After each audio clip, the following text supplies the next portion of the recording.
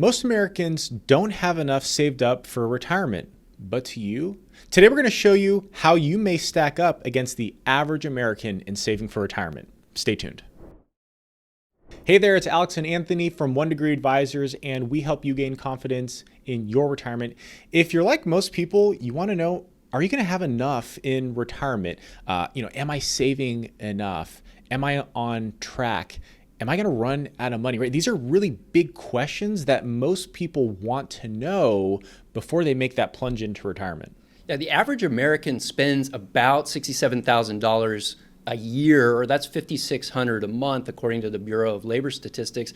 I mean, it's a good amount. And then we're going to put up on the screen here, Vanguard did a study where the average person right around 60 years old has about $256,000 saved. Now, this is by account, so it's very possible that more than somebody's 401k, they have other savings.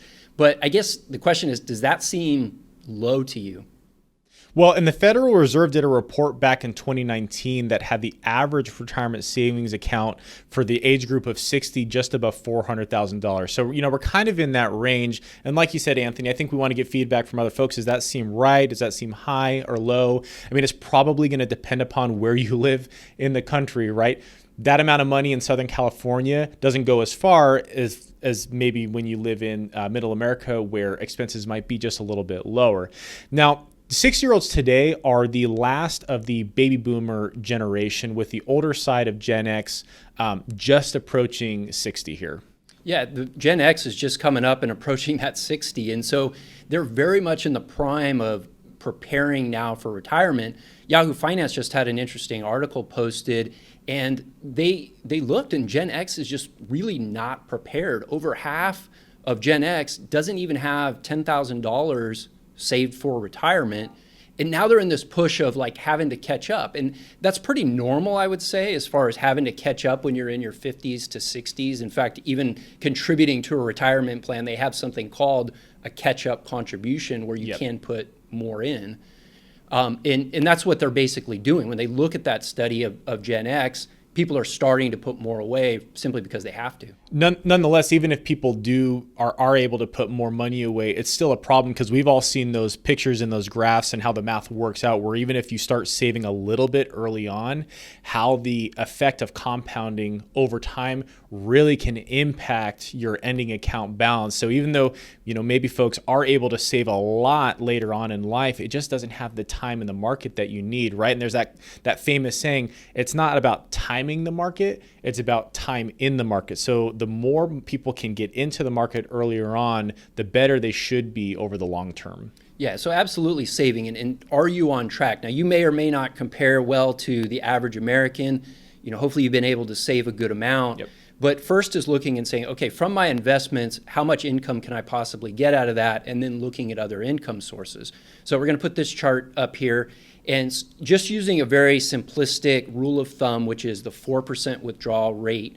Someone that has $200,000 saved can realistically think about getting $8,000 per year of income. And you go further down the line to where, if you have $1 million, then that can equate to about $40,000 per year. And real quick, before you keep going, I want to touch on this whole 4% rule.